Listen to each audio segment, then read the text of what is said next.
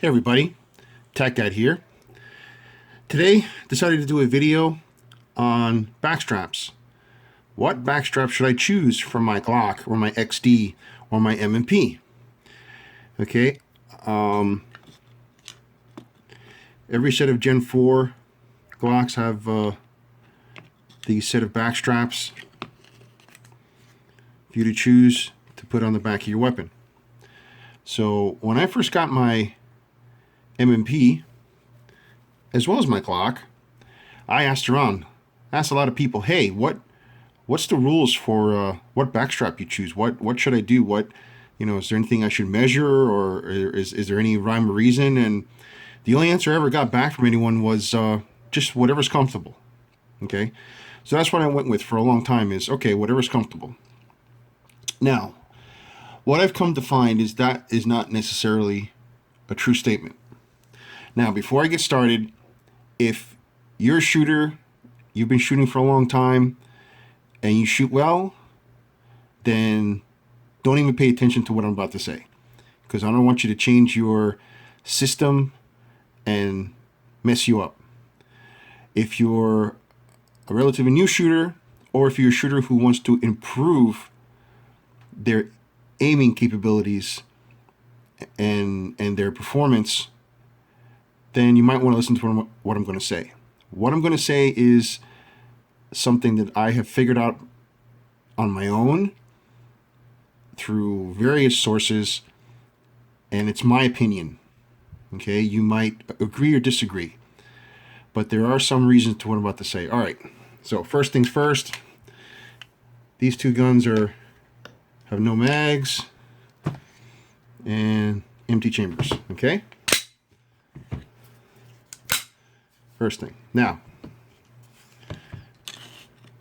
when I first started selecting my backstraps, at the beginning, I went with the zero backstrap on the Gen 4, which is the smallest setting you can have. Now, I choose the large one. Okay, now I'm going to explain to you why I did this, all right? First, let's take a look at my ISSC M22. This is a 22 pistol. It looks like a Glock. That's one of the reasons why I got it. It's similar shape. This has a very small grip as compared to my Glock 19, okay? When I hold this in my hand, this fits in my hand. It's very comfortable, okay? Get a nice, good grip around the whole thing. And it feels good, okay? It feels really good.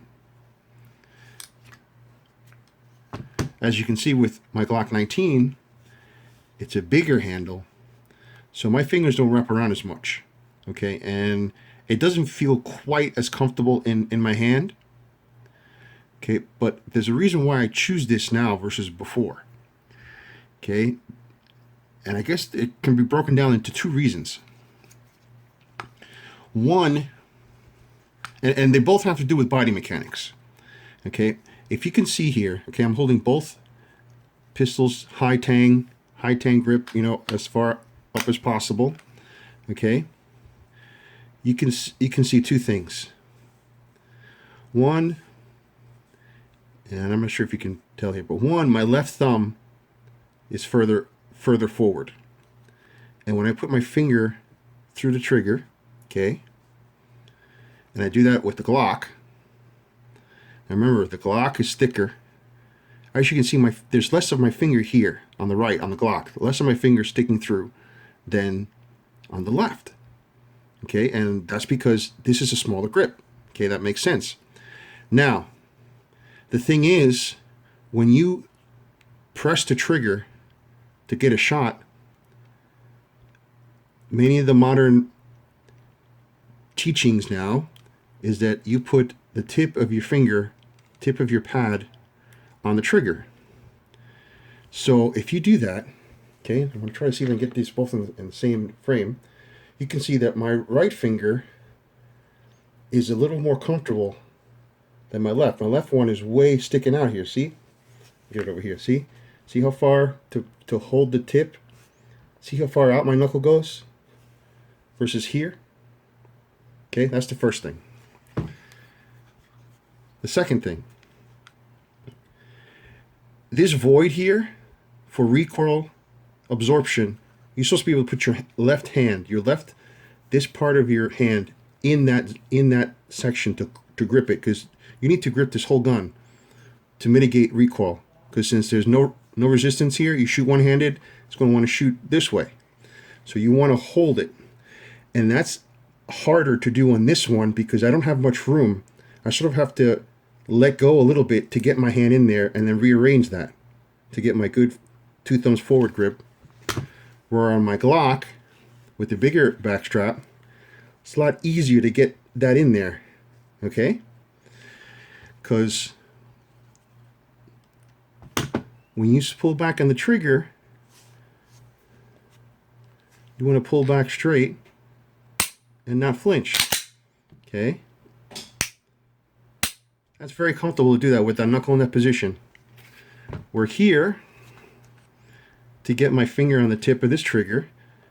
My finger's way out there, and it's harder. I can't. This has 4 different safeties on here, so I'm not able to pull the trigger. But you can see that if I was able to pull the trigger, it's a little bit harder for me to swing my knuckle around, okay? Because it's sticking way out there, okay?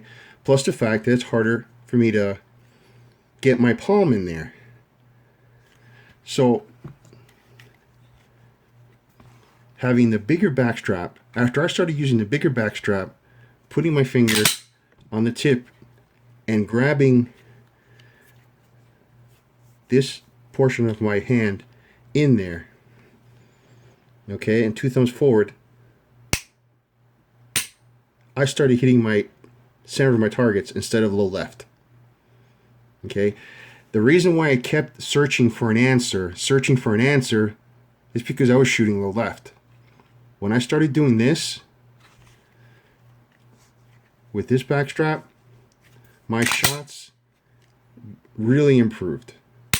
My groupings improved, but most certainly I was getting near the center of the target, not low left. And in some instances, if I overdo it and put my finger way on the edge, I actually shoot to the right slightly, which never used to happen. Okay? So try that. Next time, if you're having issues hitting your target, hitting the center, try that. Try a larger backstrap if you're able to. And remember, it's not always what feels good in your hand when you're just holding it. It's what feels good when you're aiming and actually using the weapon. Because with both hands, it's a lot easier to control the recoil straight back at you than having to readjust your right hand to get the right grip, etc. Okay? So I hope this helps. And if you guys have any comments or any experiences you want to share, please do so below. And thanks for watching. Until next time.